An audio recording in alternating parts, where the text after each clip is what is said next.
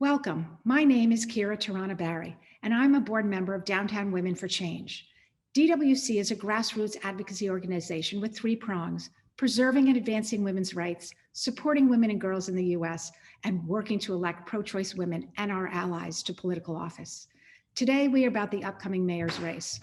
I hope you all know that the primary is June 22nd, with early voting and absentee voting earlier. There are 13 candidates on the ballot, and three are women, one of whom could become the first woman elected mayor.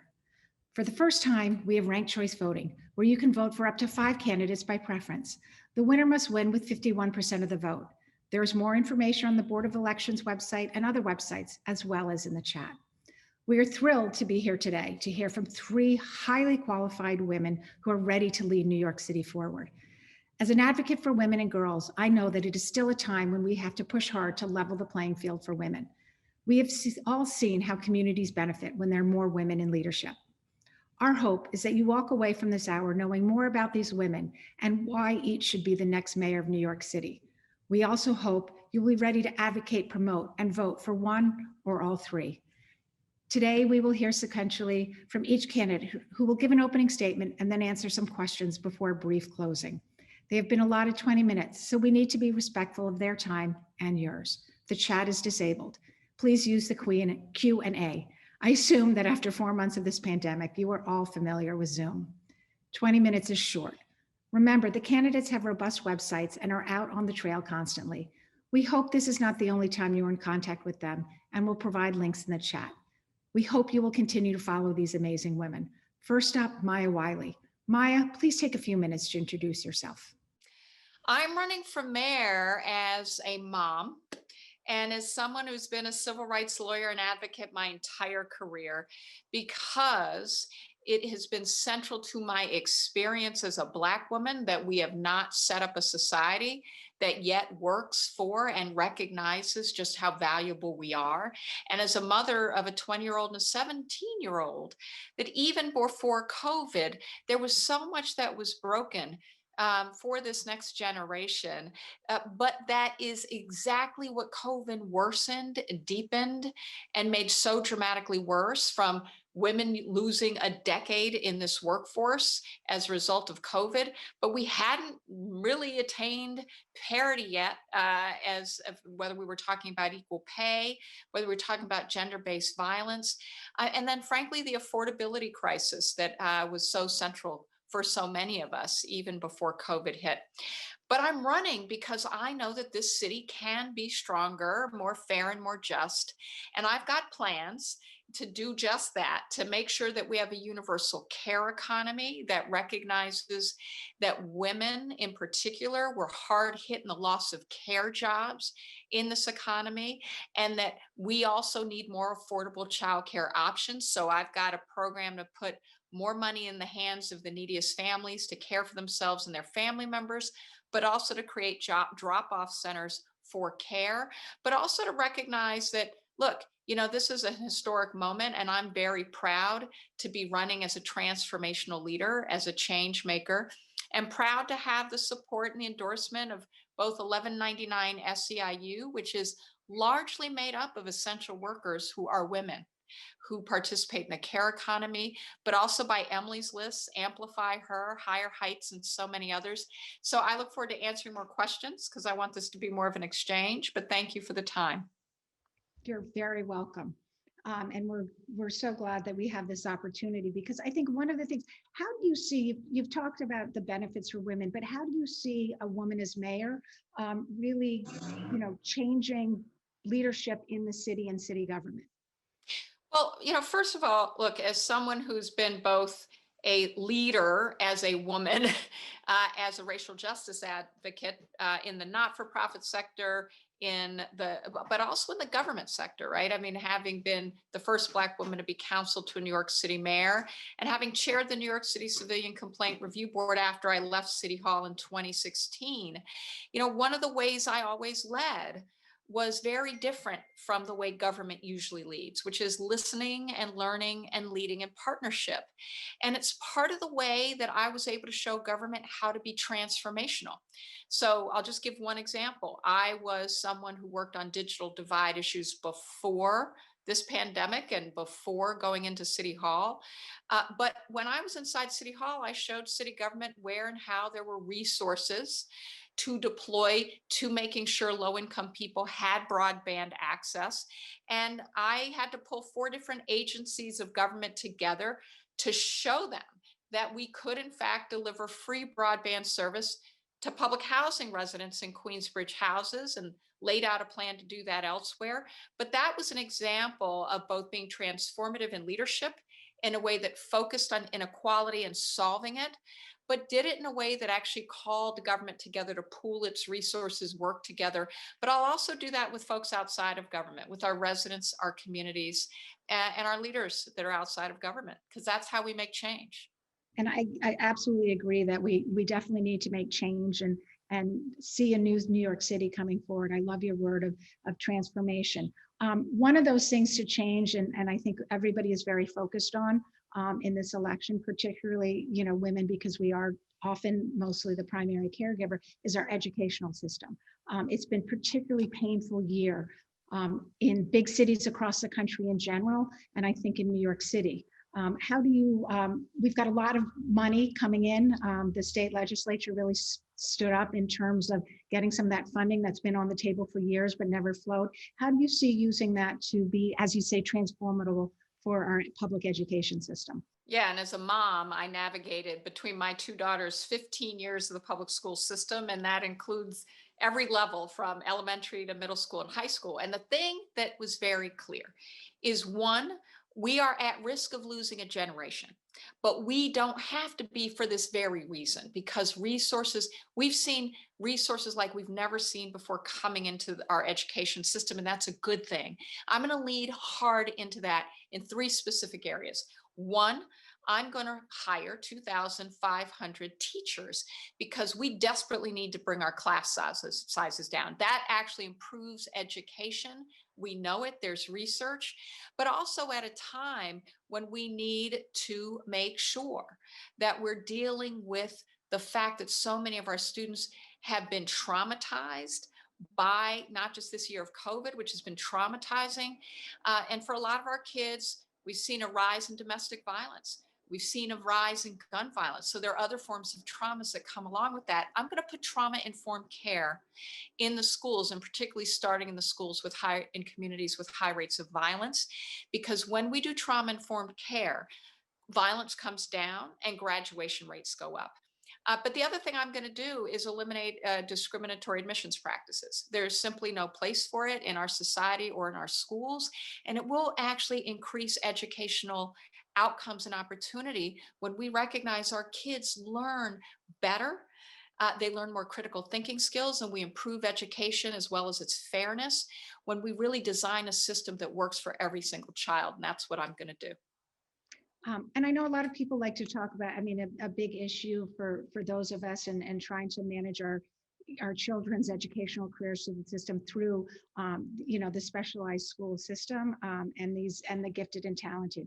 Could you spend a few moments on that and what your views are there? Yeah, look, yeah, absolutely. So I was really grateful to co-chair the School Diversity Advisory Group for the city, along with Hazel Dukes from the NAACP and Jose Calderon from the Hispanic Federation. We went through a very collaborative process, one that I really enjoyed, and one that I would continue to replicate, where we had all stakeholders at the table, 42 people. We had town hall meetings in every single borough. We had over 800 people participate. And we utilized that as a process, as well as looking at the data and research, to formulate recommendations around what really would make our schools great, as well as integrated. And what we came up with was that New York City was not at the leading edge on what gifted and talented education is. We simply are not. What we had was a program with a title and no program underneath it. So we said, let's stop pretending that we have an actual program, and let's stop making it about having the resources to test into it, as opposed to investing in the gift and talents of our kids.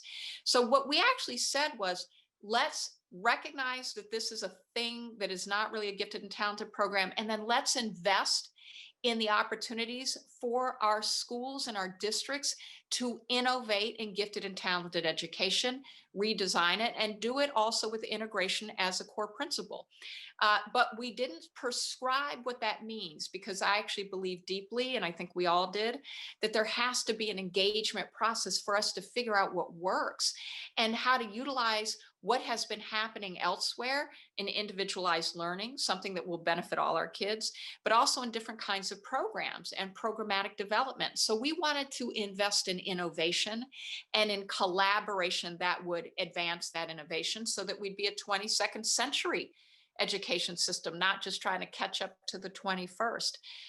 That's what I will do as mayor, and that's the kind of schools chancellor I will have, is someone who helps us all work together on innovating in our schools, including in investing in the gifts and talents of all our kids. We have a question, another big one that's coming up in the educational community about the lifting the cap on charters. So I am supporting that we keep the current cap as we're figuring out. Look, every last kid in our system are our kids. I believe that deeply. And I think we have to be an ecosystem of a learning opportunity in what has been working and what hasn't. And one of the things I'm going to create actually is a resource center for education innovation, and pull folks together to look at what's working, and create cohorts to also expand what's working so we can get more of it happening in more schools. I'd include charter schools as part of that, looking at innovation and what works. But listen, as a mayor, I am going to focus on the children that are in the system that the DOE itself controls, and making sure we're making schools that every single parent can feel good about choosing for their children. And that's going to be my mission. Let me turn around a little bit and talk about what's going on in terms of our economic business climate, and also what's happening on the street, what's happening on our streetscape. So if you could just talk for a moment. I think, we hear that so many of our businesses, and those of us particularly longstanding New Yorkers, are familiar with the small mom and pop and smaller businesses. What are your strategies for both keeping the businesses we have and encouraging and creating a climate where people can start up new businesses? Yeah, then look, this is critically important, because our small businesses are literally half of our jobs in the city. And for so many women, and women of color in particular, entrepreneurship has been a big way in which we've put food on our table. It's certainly the way my mother did after my father died. So I've actually created a plan focused on small businesses, which has several components. One is I've created a $30 million grant program so that we can help small businesses, particularly those who are micro, that's 10 employees or less, most of whom did not get to participate in the federal programs designed to help small businesses. So we can help them with the back debt so that they can stay in business and have a fighting chance to move forward and be successful businesses. But the other thing, and recognize sole proprietorships in that, right? Because so many women-owned businesses are sole proprietorships, design programs around that. But also recognize we have to have a fee and fine holiday, because so many of the small businesses I've been talking to, and I helped organize a neighborhood volunteer network in my own neighborhood in Flatbush, Brooklyn, trying to make sure we could help our small businesses take advantage of the programs that were available. But it was very clear they weren't designed for them, which is why so few got them, even having the access to information to get to access them. So I'm actually going to change that with a fee and fine holiday. We're going to make sure we're supporting small businesses rather than choking them with red tape.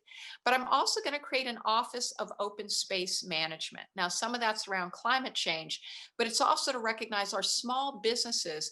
Some of them have been enabled to survive because of the way we were handling and creating open streets initiatives.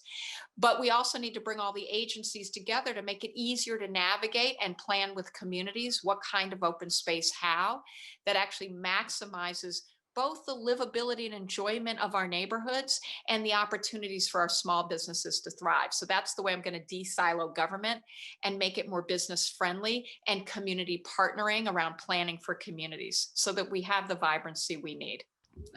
That's exciting to hear, because I think we all want to see that vibrancy. I think one of the things that came out of the pandemic was the expansion of the open streets programs and the restaurants coming onto the streets. And I think, a lot of people feel that's led to a lot of excitement and energy and bringing people back into New York. But it also, there's another side of it that we don't hear about so much, which is, a question we've gotten that, the businesses in the streetscapes and quality of life that have been negatively impacted by the open restaurant program, and the debate and the process of how do we go about, is it going to be permanent? What is that process, and how is their community involvement in that? So I think if you could talk about your thoughts just about that, but also the process of community input. Yeah, so I thank you for that question because that's exactly why I'm creating the Office of Open Space Management, because it was messy how it happened. And I understand that it was a crisis. It was something the city had never done before, or, city was managing as it's going along. But the reality is, I've talked to store owners who actually have been harmed by open streets because they've lost and what's happened with access to their businesses as a result. Some businesses that wanted open streets that couldn't get it. And then, of course, every community is different. So the reason I've said, Office of Open Space Management is one of the problems is we've got literally at least 6 agencies all having a different role or decision-making process that touches on the question of what we do with our open space and our open streets, like small business services, like the Parks Department, like the Department of Transportation. And part of what makes government frustrating for everyone is when it's so siloed and you're told you got to jump around to 6 different agencies and you get 6 different answers to questions. Devastating for small businesses struggling to stay alive, but it's also devastating for communities trying to figure out how to be engaged in the planning process. So this is going to streamline it. It's going to create a single table through this mayoral office. It will be a mayoral office. It will report to me through a deputy mayor structure. It will have a mission.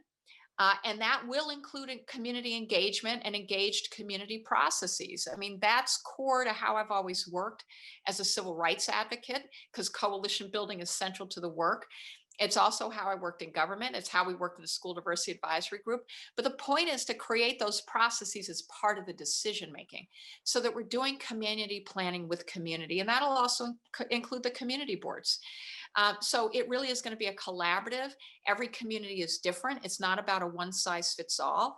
It's about recognizing the unique needs, challenges, and opportunities of each neighborhood in terms of how we're managing open space and creating more opportunities for it that work for everyone.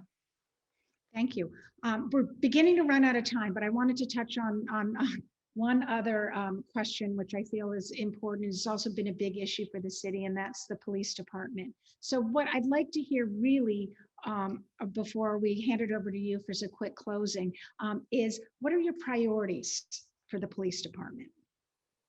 Well, I'm going to summarize it with one sentence and then just try to quickly summarize what it means. Putting the public back in public safety. So one, that means as a mayor, I'm going to have mayoral control of the police department because that's the way it's designed. That's creating more civilian accountability. That's having a police commissioner on mission. I'm going to hire someone who comes up not through the NYPD, and I am going to have a civilian to lead that agency. But that's because I'm also going to do 2 other things. One is pull out from the police department the functions that has been loaded up with, which simply are not policing functions. You don't send a badge and a gun when you need a mental health professional, and we need a mental health crisis response. That's a way to be more responsive to the needs of our people, but also keep them safe. It's also fair for police officers who don't sign up for that job. So pulling that out, but that's also going to enable us to refocus policing on the job of policing. And I'm very clear, if we look at the crimes that have increased, rape, we don't talk about the way that rape has jumped 30% in this city. That is something we need to focus on. That is something I am going to focus on. And that is something that we need the police department focusing on more effectively, but also making sure we're doing the right kinds of investments to keep women and girls safe. But so that's part of putting the public back in public safety is public being able to direct the priorities of policing and the rules of the road so that people are safe from crime, but also police misconduct. And that's the kind of mayoral control I will have. Thank you. And if you could do, and I know we shifted the times a little bit because I wanted to give you the full 20 minutes. If you could just wrap up in about 60 seconds. So in 60 seconds, I'll just say, as someone who is running as a mother for this next generation of kids, we cannot afford to lose, but also running, understanding that in a crisis, this is the greatest opportunity for change making that solves and fix what has been broken, because COVID has simply laid bare, worsened, deepened crises that we were facing in affordability, in mental health supports, in violence against women that we were facing before COVID. And now it's just been fast tracked. So as a woman, I'm going to say that I'm going to run unapologetically. I'm going to be a mayor that is a woman, that is a Black woman, and is going to be very explicit about how we pull together and solve what's broken and fix what ails us. And I'm looking forward to doing that in partnership with you. Thank you so much. Thank you for joining us and taking the time from a busy schedule. I want to remind everybody that Maya Wiley is out there 7 weeks until the primary. There are lots of ways to learn a lot more about her candidacy and why she should be mayor. So thank you very much. And now I'm going to turn it over. Thank you. I'm going to ask to unmute Kathryn Garcia. Thank you for joining us and being on time. We really want to respect your time, give you the 20 minutes. I said in the outset that we're just welcome here and really excited that we have 3 highly qualified women, each of whom would do a fantastic job as mayor. I don't want to take up any more time because everybody wants to hear from you and not from me. So if you want to turn over to an opening statement, and then I'll go to some questions. I'm Kathryn Garcia, and I am a lifelong New Yorker. I deeply love this city, and I am running because we are confronted by overlapping challenges in this city. And as an adopted child with 2 adopted siblings, I grew up in a multiracial family where my parents were able to raise all 5 of us on civil servant salaries. That's incredibly hard to do today. And as we confront COVID and embrace recovery, and I'm very excited to be allowed to not wear my mask in public, to be able to know that I am safe and the community is safe. That's another step in the right direction, that we are getting people back to work and back to school. Kids are suffering from depression at this point because they have not been able to be around their peers and learning from their teachers. We have to fix that sooner rather than later. I'm a mom. I was a working mom when my kids were small. I know how hard it is to do that job, not in a pandemic, that we look to women as the backup to the backup plan whenever there's an emergency. But I have a real vision about how we can bring this city back and make it so there's real economic opportunity, both for entrepreneurs and for our young people coming out of CUNY, coming out of our trade schools, so that they have real ladders to success, a real future, so that they can raise their children in the city we all love. And we have to make sure we are really attacking the long-term crises, affordability, housing, environmental justice as we move forward. So I am thrilled to be here and be able to take your questions. And if we don't get to something, my website is kgfornyc.com. Thank you for providing that. We're also trying to be on top and providing that and more information. And I really encourage everybody to, and I say that before, to keep following our candidates. One of the things, Downtown Women for Change is an advocacy organization focused on women and girls. So, we're really excited the fact that one of you may be elected as the first woman to be mayor of New York City. Can you talk a little bit about how having a woman as mayor and leading the city is going to be different for our state government and different for the outcomes? Yes. Women need to be in leadership positions. We've seen that over the last week again. Women bring so much of their lived experience, whether or not that's as moms or as in their careers, about how you get treated. That you are often put in a place where they don't want your opinion. Or when you say it, somehow it isn't actually the same thing as when they say it. And they're like, oh, yeah, that's a great idea. I know that everyone has had that experience.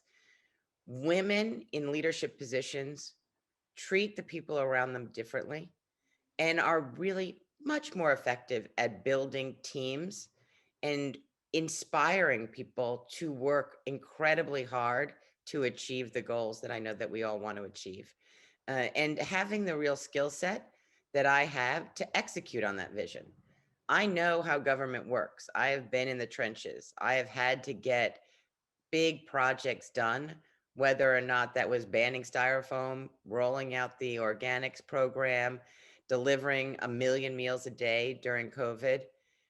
It is not straightforward necessarily, and is something you really need to understand to effectively deliver for all of us so that we are all living a more livable life in the city. Thank you. One of the questions and things that I think everybody's focusing on, we've just gone through the budget session in Albany, with the new administration in Washington. New York and New York City is seeing a lot more funding coming in. So we've had huge amounts just in the CARE Act, as well as at the state.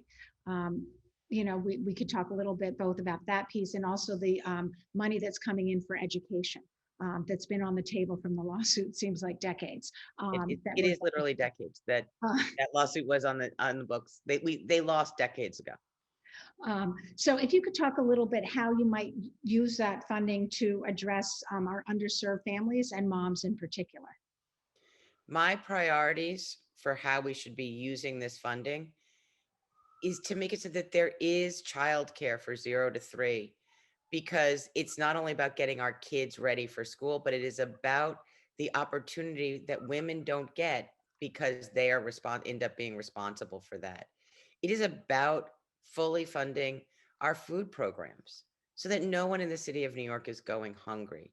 It is about expanding all of the enrichment programs in school, art, music, theater, sports, so that every child has access, and we are giving that child all of the experiences that will help them with their critical thinking as they grow.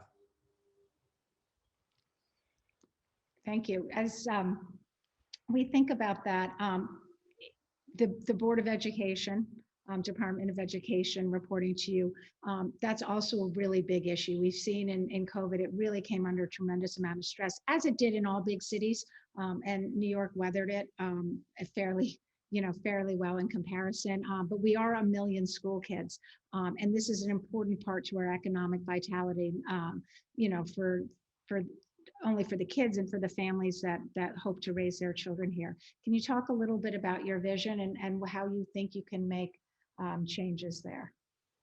Yes, and I remember the Board of Education. It didn't work out so well as I recall. Yeah, unfortunately, so do I. So yes. my language. We need to immediately move about $130 million out of headquarters, out of Tweed, and into our classrooms in our schools. So it is early childhood development. It is making sure that we are screening for dyslexia and other learning delays so that we can actually address them. And a kid doesn't go from grade to grade pretending like they're getting it when they're not getting the right services, that we're using a curriculum for reading that is scientifically based, like the Wilson program, that we do have art and music and theater and sports in our schools, that we are eliminating screens or for our middle school kids, that we're not doing that same admissions process, but really following what District 15 did. And as we get into the higher grades, that when we're thinking about CUNY or high school, that you have real learning experiences and work experiences that pair with them. So you understand what the work world is going to be about, and you have real financial literacy.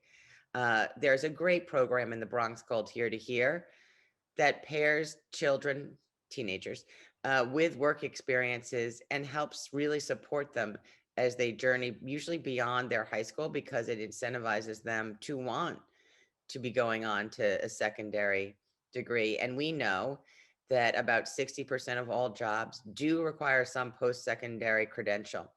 And in some neighborhoods, only about 20% of our young people are getting it.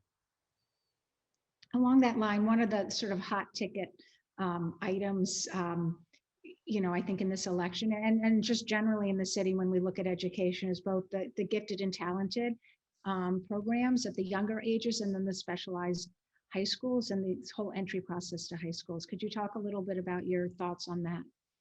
I want to have every school have the enrichment programs. And one of the biggest part of my policy platforms that's going to cost the most money is to ensure that every school does have that. But I don't believe you should be giving a 4-year-old a test. Uh, that just seems to me bizarre. Uh, every child needs to have the opportunity for those enrichment courses and classes, and we should be meeting every child where they are.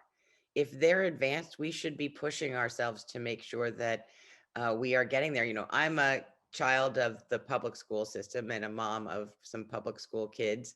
And I was the terrible mother who decided that the math problems were not hard enough. And I would give you extra math problems and send it in your, composition notebook back to school.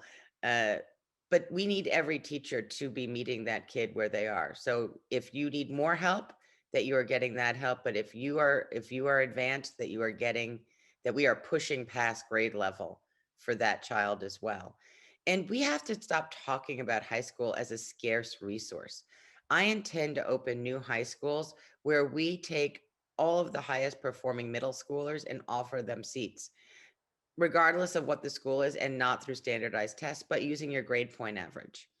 It's very similar to what was done at the University of Texas, and it integrated not only economically, but racially that university system. It could be done here. And then I would leave the current approach to the specialized high schools as we focus on expanding high schools across the city. Thank you.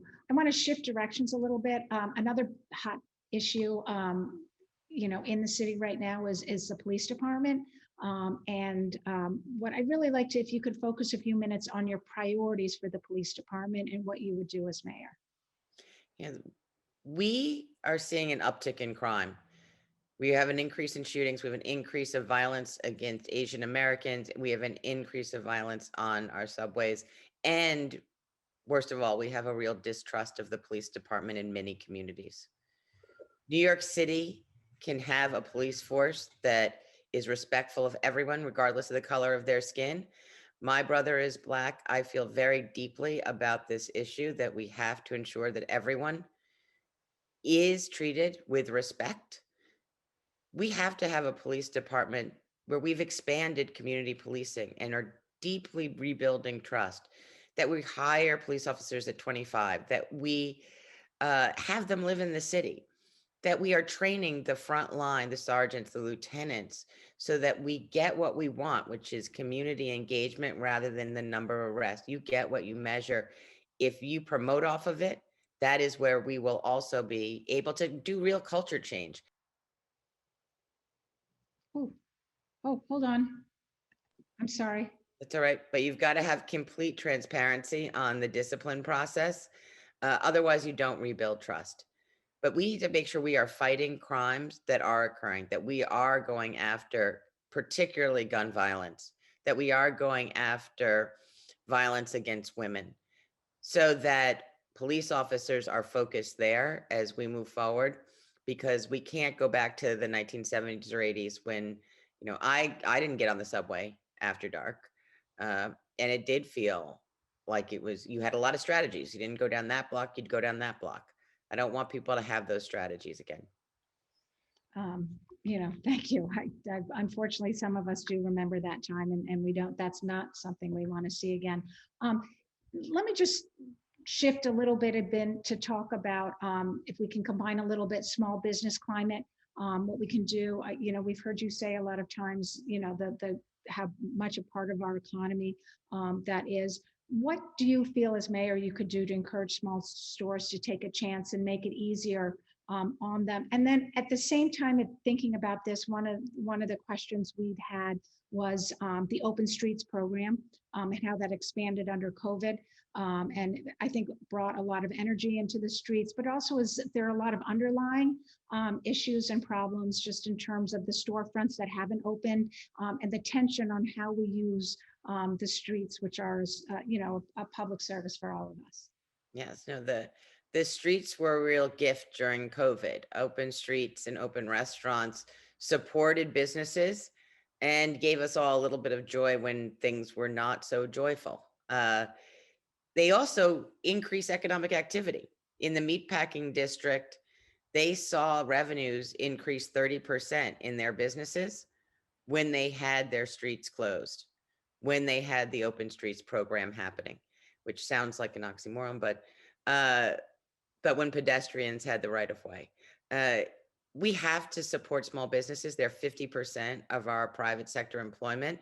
That means giving them microloans. That means getting out of their way and having a one city permit. So you don't have to go to literally 7 or 8 agencies to open, so that you can be focused on being the entrepreneur, hiring the people you need to hire, doing your marketing. Uh, the city should be judging itself on how many small businesses are open, not how many fines or fees we've given. And we've been too focused on that for too long.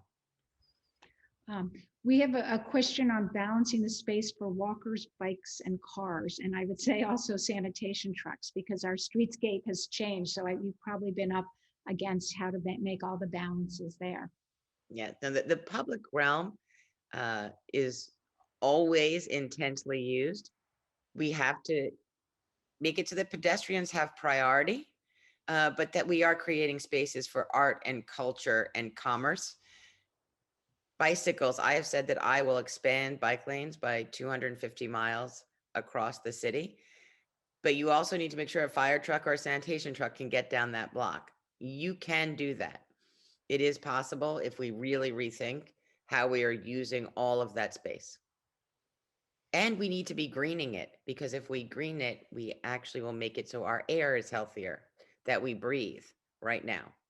So that was we're beginning to run out of time. I do want to give you a little minute, a moment to catch up. Before that, if you could talk about your plans and your ideas around a greener New York, climate resiliency, and also, in doing that, touch a little bit upon what you see as the community and public input process into this, but in general into government. We as a city know that we need to confront climate change, but we also need to make this a more livable city. These two things go hand in hand. As we protect ourselves through resiliency projects, storm surge, but also heat waves, flooding rains, that also will make it so that we are a healthier city. We are a greener city, because natural processes are more effective than we are at delivering for New Yorkers the type of environment we want to see. I want to make sure we're decarbonizing our economy, that we are moving to renewables. I have supported renewable Rikers with wind and solar and batteries and food composting, and making sure we have transmission from hydro upstate, that we are doing geothermal in the city of New York. All of these pieces are part of a puzzle that makes it so that we have a more livable city, but we've also got to ditch diesel. Electrify our school buses, electrify our fleets as we move forward, because we know that in COVID, people who lived in areas that had poor air quality got sicker and died in larger numbers. This is an environmental justice issue as well. Thank you. If you want to take a minute to give us a little bit of a closing. And Thank you. I really appreciate the opportunity to be here. It is time for a woman to take that chair at City Hall. We bring lived experiences of being moms and daughters, hopefully someday soon grandparents, but not quite yet, to the table. But we also are leaders. I have been a leader of organizations that are 98% male, and I have never had a problem walking onto a sewage treatment plant or a garage floor fully and totally wearing spike heels and being a woman. I do not compromise who I am based on where I'm going. And I think that makes you a more authentic person, and makes it so you are more authentic to the people that you do need to lead. And so I hope that I garner your endorsement as we move forward. Thank you so much, Kathryn. And I want to remind everybody in our audience that I had said this before in the beginning, but please remember to educate others, promote, advocate, and vote for one or all three of our women candidates today. And we have information in the chat in terms of how you can learn more about them. We're really excited. Thank you for spending the time with us today. We wish you the best of luck going forward. Thank you. Thank you so much. It was great to be here.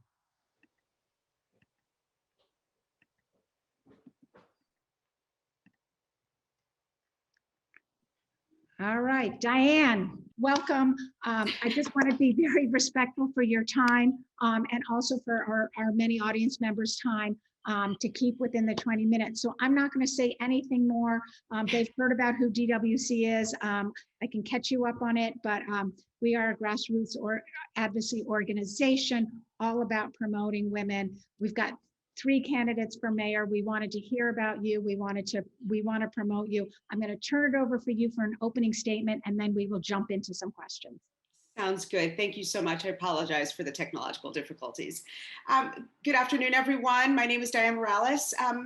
I think you all know I'm not a traditional candidate. My ideas are bold and radically different approaches to what is actually a radically different time. I think we have to address not only the COVID-19 pandemic, but in doing so, we also have to honor and prioritize the frontline workers who've run the city while so many have had the privilege of working from home. We have to prioritize our grocery clerks, our bus drivers, our maintenance workers, our healthcare workers, and our delivery people. We know that 79% of those workers are actually Black and Latino, and approximately 63% of them are women. And we know that those communities also disproportionately reflected about 62% of the fatalities resulting from COVID, and that those people are generally underemployed, they make the worst wages, and they lack adequate access to healthcare. We are at a crossroads in our history and in our country. It is time for us to reckon with the pandemics of the pre-existing social conditions that for so long have been reflected in a lack of access to affordable housing, a lack of employment that allows for economic stability, and a lack of access to quality education and healthcare that have wreaked havoc in so many communities. For decades, the organizing genius and the energy of Black women in particular has been dedicated to actualizing a democracy that has never fully reflected us, even as we continue to witness what has always been here. The badges of slavery that stem from white supremacy that refuses to relinquish power and would seek to deny us of our humanity. Our system's not broken. It's working exactly as it was designed to work. And you don't reform an inequitable and exclusive system. We've got to transform it. I am running to build a politics for all people, because we know that those who are currently in power have always had the power, because we know that thoughts and prayers and rhetoric are not going to create justice and equity for all of us. My entire career has centered those who our so-called democracy has always left behind, those who've always been the heart and soul of running our city. We're at this intersection of an unprecedented time, and we have unlimited possibilities for a radical reimagining of who we can be as a city. New York City needs leadership that's unapologetic about the need for us to center and elevate our working class and our vulnerable communities. We need to reconcile with our past and confront the deeply rooted systems and structures that have made this current moment of inequity and injustice possible. Our next mayor has to have a clear vision in defending and protecting human rights for every New Yorker. That's why I am not promising to get New York City back to normal. I am promising to help us build a new New York City that has never existed. Thank you all. Thank you, Dianne. With that, I'm going to kind of get a little bit more tactical. That was thank you for sharing your vision. Let's talk about the money that's coming in. As you know, we just went through the state legislature and governor approved a giant new budget. There's a lot of new funding coming in from Washington. as well as the funding, if you want to, cover that. We've had this lawsuit, and we've got a lot of educational money coming in that has been owed to New York City for a long time. Can you talk about how you're going to use these funds to transform and do something different, so that when they run out, we're just not sitting as you were at normal or where we were? Yeah, sure. That's a great framing for this. So, I have everything in my platform. All of my proposals are about fundamentally transforming the systems that have led to this moment in time and where we are.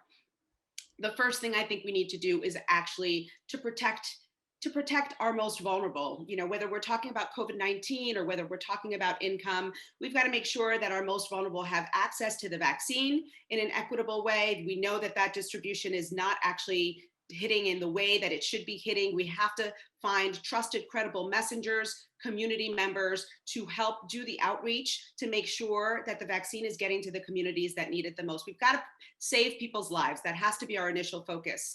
The next thing I think we need to do, and I've talked about this, is guaranteeing housing for all. And how do we do that? We do that by prioritizing and making sure that our homeless and our housing insecure have access to stable and affordable housing. And that means taking on the system, the real estate market in New York City, which has historically been driven by developers who have are in the driver's seat, and make the determinations about what's being built where, and actually gets tremendous kickbacks. I call them kickbacks, tax subsidies, tax incentives, tax benefits from what they do, where our city and those that are most in need actually get a fraction of the return on that investment. So I've called on the need for us to invest those dollars first at the community level and partner with affordable housing nonprofit developers who are going to be able to both convert existing vacant spaces, hotel rooms, commercial storefronts, office buildings, all of the vacant spaces. If we had the political and the moral courage and will right now, we could house all of our homeless. And that means pulling in that sector and investing those dollars first. The last thing I'll say on this, although I could go on forever, but in terms of specifically moving forward, is a new economy. So I've talked about creating a solidarity economy here in New York City. We know that small and mid-sized businesses actually employ over 50% of the New York City workforce.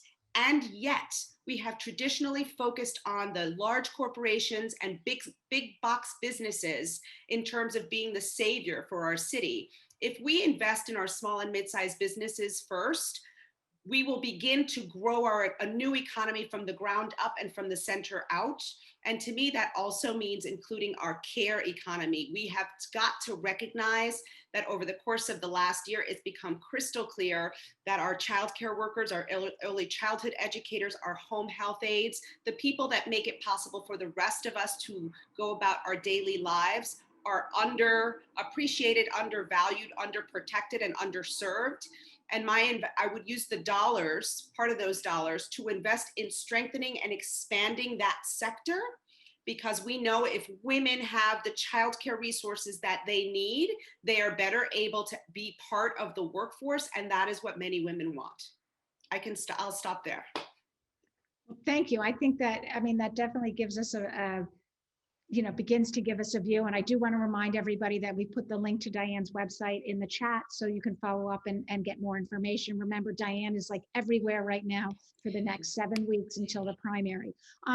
If we could talk a little bit more about the Department of Education, Sure. And what you see. There are a lot of questions and issues that have been a real hotbed, and from the specialized schools, gifted and talented, Sure.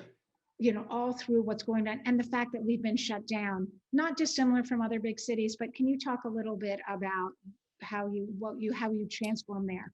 Sure. So I'm going to start with the sort of COVID-19 sort of period, because that's what we're still in, right? I think that one of the things that we could have done, and I felt like I was shouting into the void about this time last year, we have a wealth of school-based partners. We have community-based organizations, human service organizations, arts and cultural institutions. We could and should create satellites, if you will, out of these facilities that we know, many of whom have a much more updated infrastructure than our outdated school buildings when you're talking about air quality and filtration, many of which also have access to technology and infrastructure, and many of whom, because many of them already have pre-existing partnerships or relationships with our schools, many of them also have staff that are familiar with supporting our students in schools, whether that be academically or social emotionally. We could have, and we could still expand the footprint of the Department of Education to bring in those additional spaces, which would facilitate any kind of requirements around social distancing, could provide our teachers with an increased sense of safety and security, and also a level of trust and being heard by our city. Because I think one of the things that has happened is that we have eroded our trust with a lot of our most vulnerable residents and our teaching staff. They don't trust that what we're telling them is true about the conditions of their building or about the safety of these circumstances. So this is a mechanism by which we could make sure that they are feeling heard and also expand the footprint so that we can, in fact, allow access to in-person learning to as many students who really want it and really need it. Because we also know that there's a significant percentage of our school-based population for whom the loss of in-person learning has taken a different kind of toll.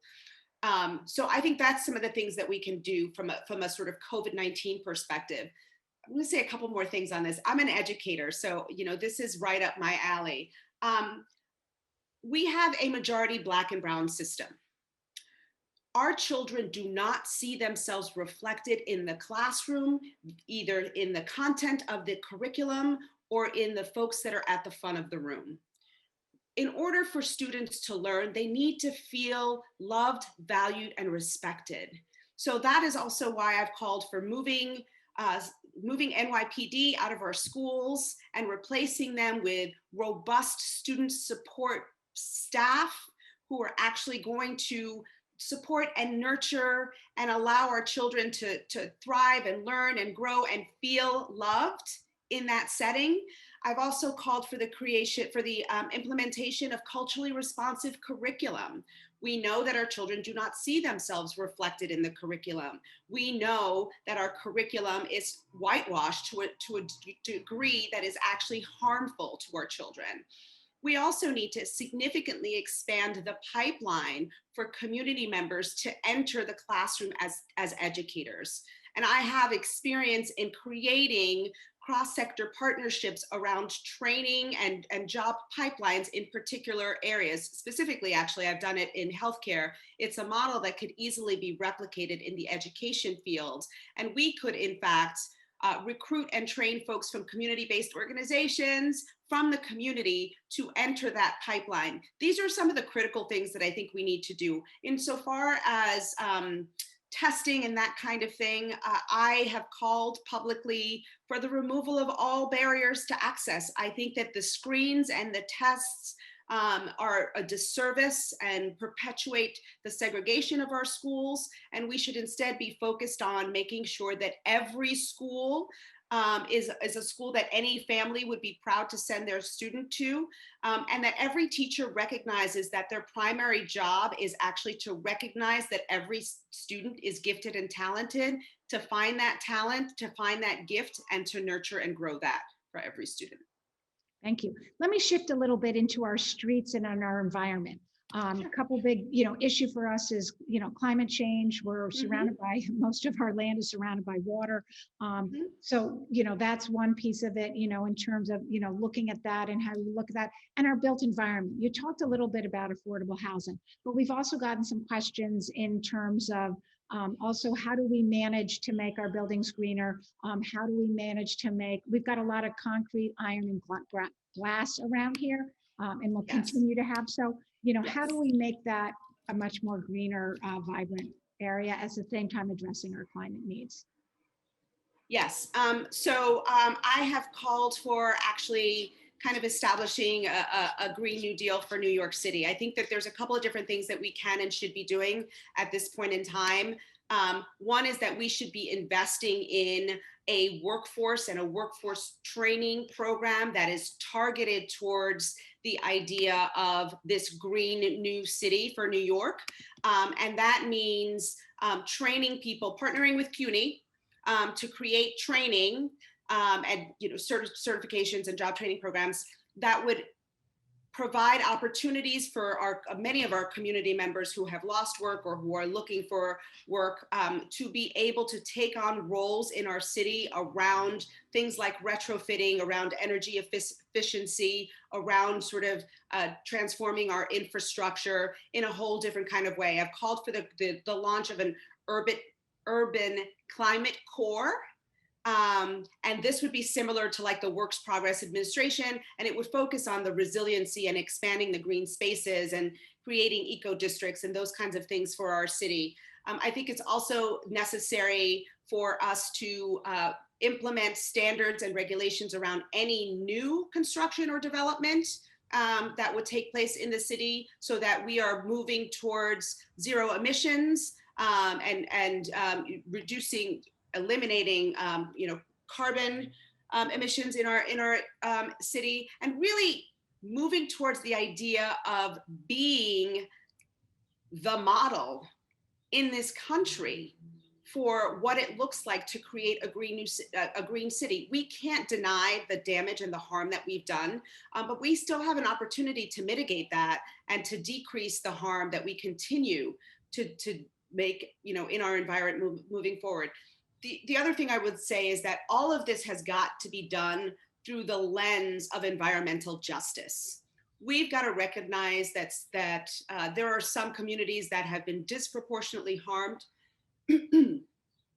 by our practices, and we need to prioritize them in terms of both a just transition, how we're addressing the harm that has been done, and who gets access to the jobs in doing that moving forward. I've proposed that citywide. I've also proposed it specific to NYCHA, where the residents would be empowered with those roles and that process. But those are some of the things that I think we need to undertake moving forward. Thank you. We're coming up on actually right on 5 o'clock, and I know we've had a couple hundred people here on, and some may have to leave, some may hang on. I'd love to give you a couple more minutes. If you could, both a closing statement and also just talk about for a minute about how you see a woman being mayor in City Hall, how that's going to actually change government and how governing happens. And then I'll turn it over to you to close. Sure. So, I think a couple of things. I think whether by socialization or by nature, women are caretakers. We tend to bring less ego into the work and focus much more on the well-being of others and the collective good. I think that if there was ever a time for us to focus that kind of leadership in our city and in the history of our country, now is it. If we look around the world and we look at countries that have navigated the COVID-19 pandemic better than we have, to a T, every single one of those countries is led by women. And we also know that right here in our own country, women who are part of the legislature, women in government, are actually much more effective at negotiating and compromising to get legislation passed. And to me, that's a function of really focusing on and prioritizing the larger community and the well-being of the larger community over individual egos, which is definitely something we've seen on prominent display here in New York State. And we should all be ready to move away from that. Hear you. I agree wholeheartedly. If you want to just close for us briefly, what would you like to leave everybody with? I've had over 25 years of experience meeting the needs of New Yorkers, particularly when our systems have failed them. I'm from here, I taught here, I raised my family here, and I've been an organizer here. I've had a front row seat both personally and professionally to all of our failed systems, but also to the hope of our communities. And it's that combination that really led me to enter this race. New York City is in my blood. I've spent the last year in particular, providing mutual aid to communities, partnering with community-based groups to provide access to the vaccine. But we've seen our food lines continue to get longer at the same time that Wall Street and the stock market just got stronger, and we've seen the inequities deepen in our city. I think it is time for us to shift our priorities and really focus on the communities that need us the most. I appreciate having had the opportunity to share my vision with all of you this afternoon. It's one that's been inspired by the people that I have worked shoulder to shoulder and elbow to elbow with for my entire career. And I'm not afraid to challenge the status quo. I'm running for mayor because I think that together we can co-create an equitable city that we've never experienced yet, but that I think we all deserve. Anything less should not be good enough. Dianne, thank you. Thank you for stepping up. Thank you for being so passionate about this city that all of us love. And I think I speak for everybody who joined today. The response was just overwhelming to our invitations to come out and for people to join us to see all three of you who were running and raising the bar for everybody who's running and what all of us as New Yorkers can expect from our next mayor. So I want to thank you very much. Thank you. We look forward to following up, and we look forward to following you. Good luck on June 22nd. Thank you. Weeks. Thank you so much. Take care and stay well, everyone. Thank you. I just want to give a thank you to everybody, and also to my fellow DWC members, particularly the co-founders Gina Bone and Alex Neal, and a shout out to Sally Greenspan, Joan Ma, Sarah Taylor, and Leslie Gersing for all their extraordinary and extra work in putting this together. And with that, I'd like to say thank you. I hope everybody stays connected to the campaigns, gets out there, as I said, educate your friends and coworkers on what you heard today, promote, advocate, and vote. Thank you.